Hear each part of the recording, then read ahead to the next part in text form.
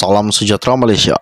Berita yang menggemparkan buat seluruh rakyat Malaysia pada hari ini, di mana baru-baru ini Ahli Parlimen Muar Syed Saddiq Syed Abdul Rahman selepas meninggalkan Dewan yang belum tamat memanggil sidang media untuk menyelar kerajaan sebagai NATO, kerajaan yang dia baru tinggalkan beberapa hari yang lalu.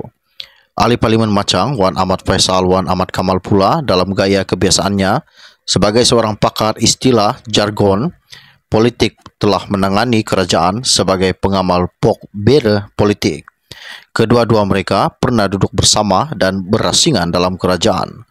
Wan Faisal adalah mantan pegawai KAS kepada Syed Saddiq sewaktu dia menjadi menteri di Kementerian Belia dan Sukan. Pasca langkah Sheraton, Wan Faisal sendiri dilantik sebagai timbalan menteri di KBS selepas menikam belakang Syed Saddiq Syed Abdul Rahman. Buat Syed Saddiq pula yang menggelar kerajaan ini sebagai NATO atas 3 perkara: soal peruntukan buat pembangkang, pengistirahan harta anggota kabinet, dan pengguguran kes rasuah. Ini semua perkara yang sudah pun diperjelaskan menerusi banyak situasi yang berbeza di luar dan dalam parlimen.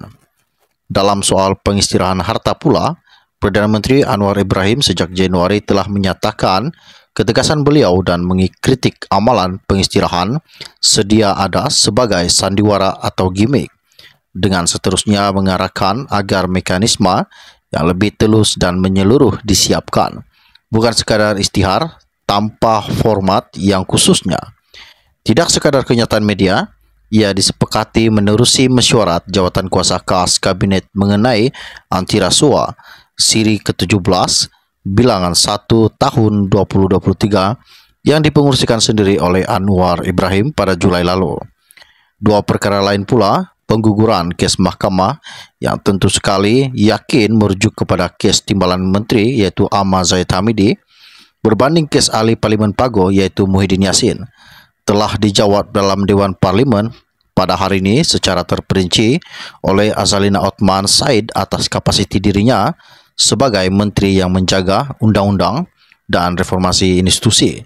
Ditanya dengan komitmen kerajaan pada hari ini untuk memisahkan kuasa peguam negara dan pendakwa raya.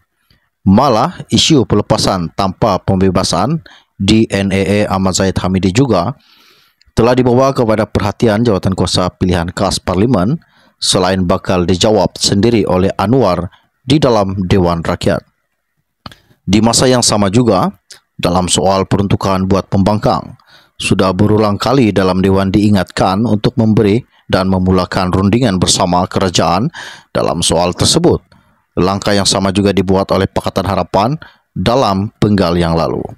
Namun sehingga masa kini masih belum disambut dan hanya berulang kali digunakan sebagai modal untuk bercakar dalam persidangan Dewan Rakyat, dan kemungkinan juga sebagai modal untuk membohongi rakyat di kawasan masing-masing seolah-olah kerajaan ini zalim. Tertanya juga bagaimana dengan peruntukan di Muar yang sempat berada dalam blok kerajaan, sudah habis dibelanjakan ataupun belum. Soal NATO, eloklah presiden muda itu dan jangan hanya cerminkan kepada perkara yang ikut seleranya. Cerminkan juga kepada dasar-dasar kebajikan rakyat yang dikemukakan menerusi Belanjawan 2023 yang lepas dan inisiatif yang sedang berjalan dalam menoktahkan kemiskinan tegar, menyelesaikan masalah dan keperluan asas rakyat termasuk sekolah dan fasiliti kesihatan, bekalan air bersih, pemulihan ekonomi pasca pandemik dan transisi tenaga yang bakal bermula kelak. Buat Ketua Pemuda Bersatu pula, entah dari mana datang idea politik tong babi yang dinyatakan beliau baru-baru ini. Sedangkan kawasannya sendiri di Machang adalah salah sebuah kawasan yang turut menerima peruntukan besar yang mencecah 1.44 bilion buat negeri Kelantan dalam bentuk infrastruktur asas termasuk jalan raya dan jambatan, belum lagi dikira sekali dengan komitmen penyelesaian isu bekalan air yang turut mencecah bilion ringgit.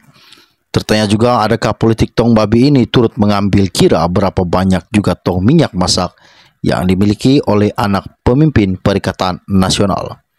Adam Adli Abdul Halim adalah ahli Parlimen Hang Tua Jaya, Melaka. Dia juga adalah Ketua Pemuda AMK PKR dan merangkap timbalan Menteri Belia dan Sukan. Sekian info ringkas dari saya untuk Anda. Kita akan berjumpa lagi. Salam jumpa dan salam kenal semua. Bye-bye.